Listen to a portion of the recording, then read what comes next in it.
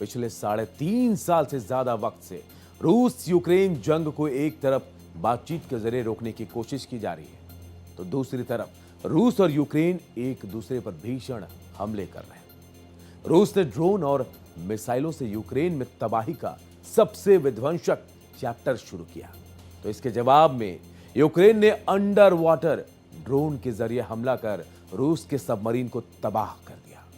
यह भीषण हमला ऐसे वक्त में हुआ जब यूक्रेन ने नाटो में शामिल होने की जिद छोड़ दी। बर्लिन में जंग रोकने को लेकर महामंथन के बीच अमेरिकी राष्ट्रपति डोनाल्ड ट्रंप ने दावा किया है कि जंग खत्म होने के करीब है।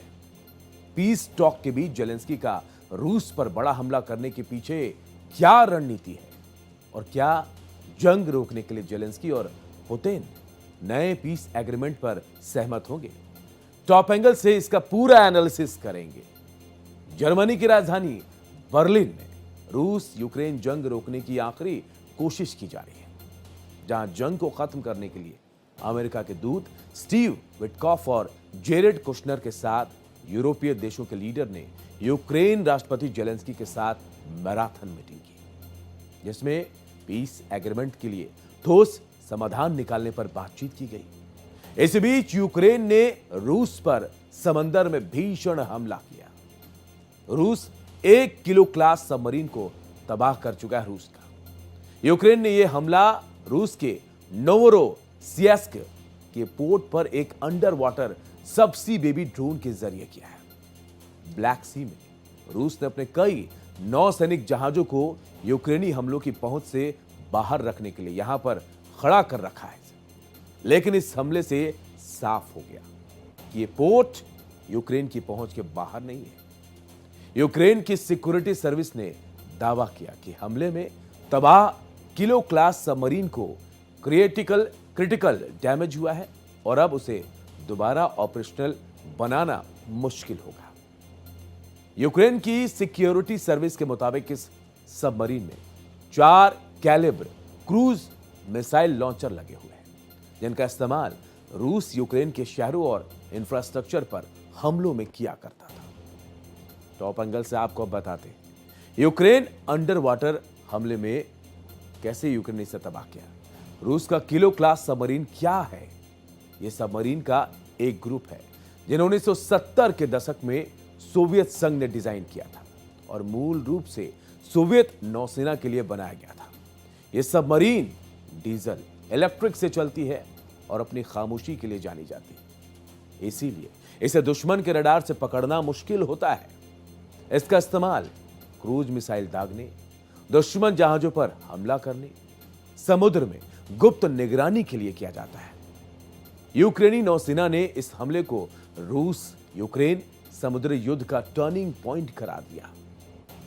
यूक्रेनी नौसेना ने कहा, सबमरीन जैसे टारगेट को निशाना बनाना बेहद कठिन होता है और यह ऑपरेशन नेवल वॉर की पूरी तस्वीर बदल देती है।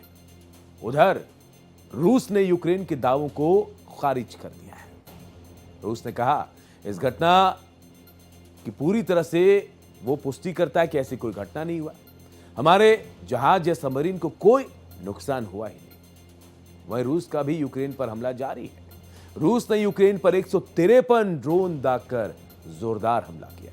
इसमें से कई ड्रोन्स टारगेट पर हिट करने में कामयाब हुए रहे। रूस और यूक्रेन के बीच भीषण हमला ऐसे वक्त में तेज हो गया जब बर्लिन में अमेरिकी यूरोपीय देशों के बड़े लीडर्स ने यूक्रेन के राष्ट्रपति जेलेंस्की के साथ पीस एग्रीमेंट को लेकर मैराथन मीटिंग की। इस मीटिंग में यूरोपीय नेता यूक्रेन को पश्चिमी सुरक्षा गारंटी देने पर सहमत हैं।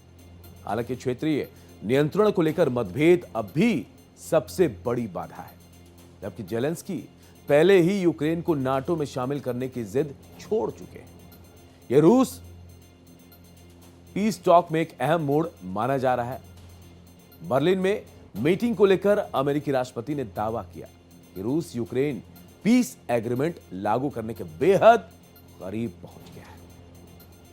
अमेरिकी राष्ट्रपति ट्रंप ने संभावित समझौते के समय और शर्तों पर रूस और यूक्रेन को एकमत करने की चुनौती का भी जिक्र किया। ट्रंप ने कहा, यूक्रेन को एक एक ही समय पर एक ही शर्तों पर सहमत कराना सबसे बड़ी चुनौती है। उन्होंने कहा, कभी रूस शांति चाहता है और यूक्रेन पीछे हट जाता है, कभी यूक्रेन तैयार होता है और रूस नहीं। हमें दोनों को सहमत करना होगा, लेकिन तमाम डिप्लोमेटिक कोशिश के बीच रूस यूक्रेन के बीच जंग तेज होती जा रही है। क्या कुछ कहा ट्रंप ने, जरा सुनिए। And I think we're closer now, and they will tell you that they're closer now. We had numerous conversations with President Putin of Russia, and I think we're closer now than we have been ever. And we'll see what we can do. We want to save a lot of lives, and I think we're closer now, and they will tell you that they're closer now. We had numerous conversations with President Putin of Russia, and I think we're closer now than we have been ever. And we'll see what we can do. We want to save a lot of lives.